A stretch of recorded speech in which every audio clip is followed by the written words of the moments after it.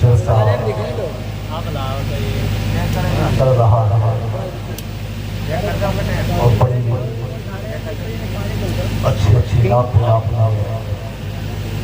آج کے شاعر خصوصی مدحان الرسول عاشقان سید الشہداء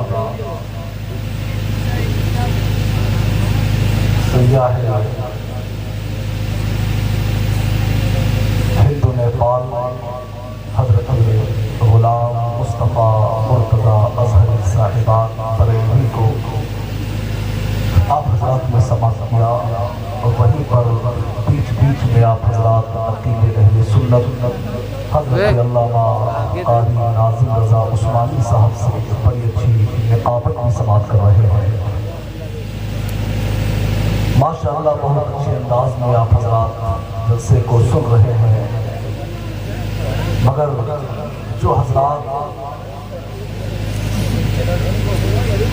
جو واقعی اس شاق امام عالی مقام کی سماعتیں ہوتی ہیں وہ سماعتیں مجھے ابھی آپ کے اندر نظر نہیں آ رہی۔ حضرات امام حسین کے غلاموں کی سماعتیں نہیں ہوتی کہ ذکر حسین ہو، اور امام حسین کے غلاموں کی توجہ ادھر ادھر ہو، بلکہ امام حسین کے غلام تو وہ ہوتے ہیں کہ جب ذکر حسین ہوتا ہے تو توجہ سے ذکر حسین سنتے ہیں اور ذکر حسین نام حسین کو سن کر مچل جاتے ہیں۔ سبحان اللہ۔ حضرات میں گزارش کروں گا کہ یہ جو بیچ بیچ میں جگہ خالی ہے آپ حضرات اس کو پر کر لیں تاکہ ایک اچھا ماحول پیدا ہو اور مجھے سنانے میں لطف آئے اور آپ کو سننے میں لطف آئے۔ جو حضرات ادھر ادھر ٹہل رہے ہیں ان سے گزارش ہے کہ یہ افراتفری کا ماحول ختم کریں۔ اگر اپنے مہمانوں کی عزت کرنا چاہتے ہیں تو میں آپ کا مہمان ہوں، میری بات کو مانتے ہوئے آپ حضرات پنڈال میں آ کر کے بیٹھ جائیں تاکہ میں امام حسین کے فضائل، امام حسین کی قربانیاں آپ حضرات کو بتا سکوں۔ سب لوگ پنڈال میں آ کر کے بیٹھے۔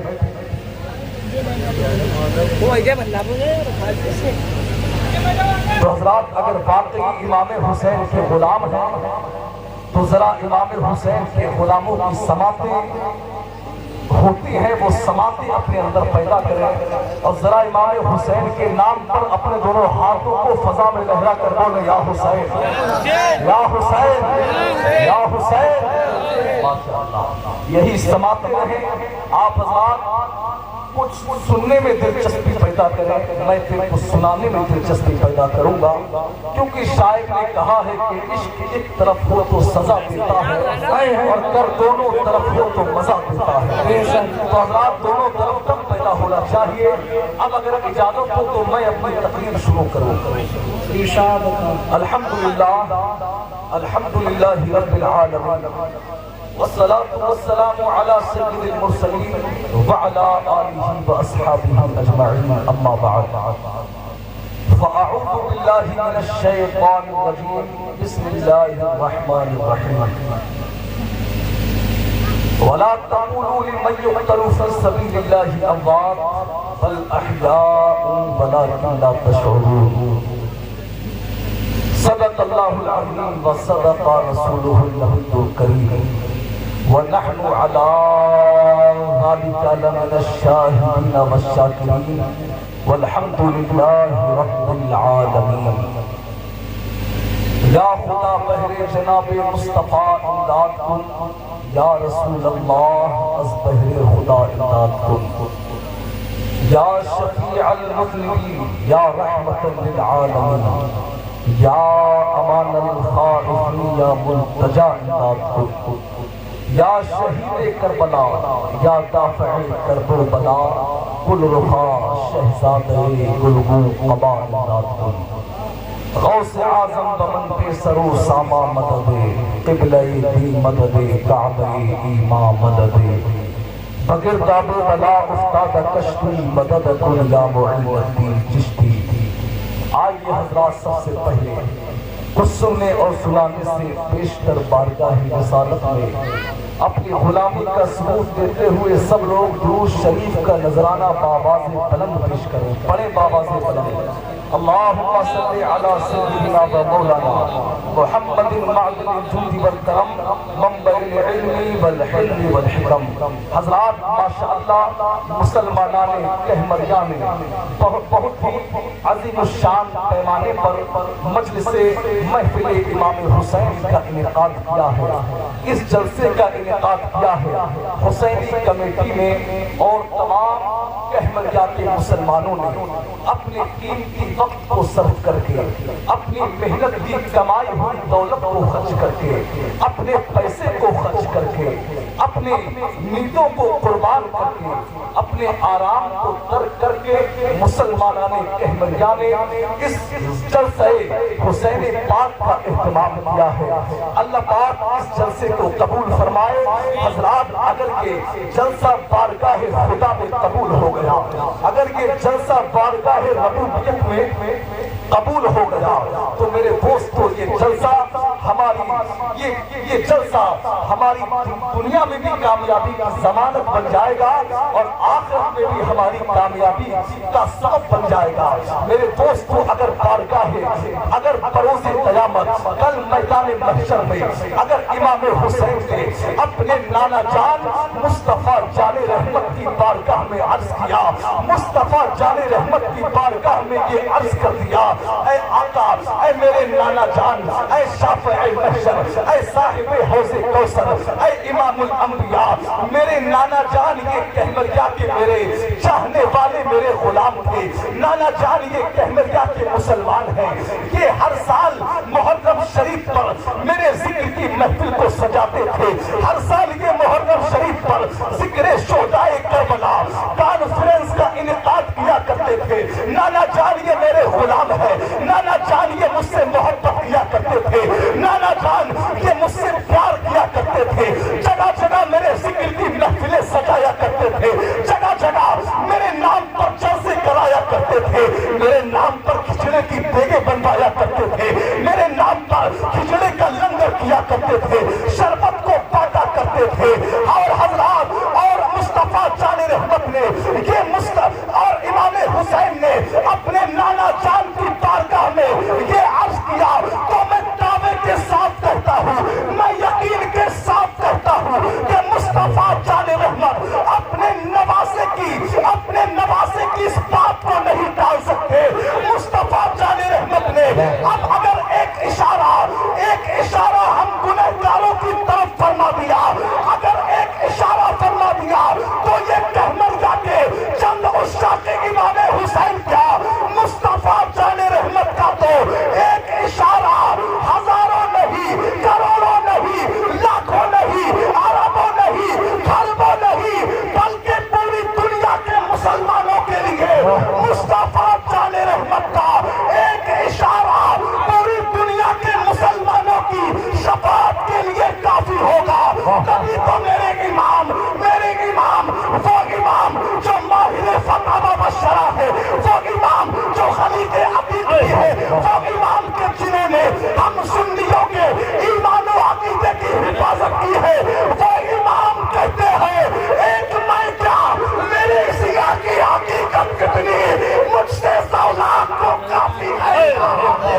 نعرہ تکبیر، نعرہ رسالت، مسلک اعلیٰ حضرت، ذکر امام حسین، ذکر شہدائے کربلا، نعرہ تکبیر، زندہ باد بھائی زندہ باد۔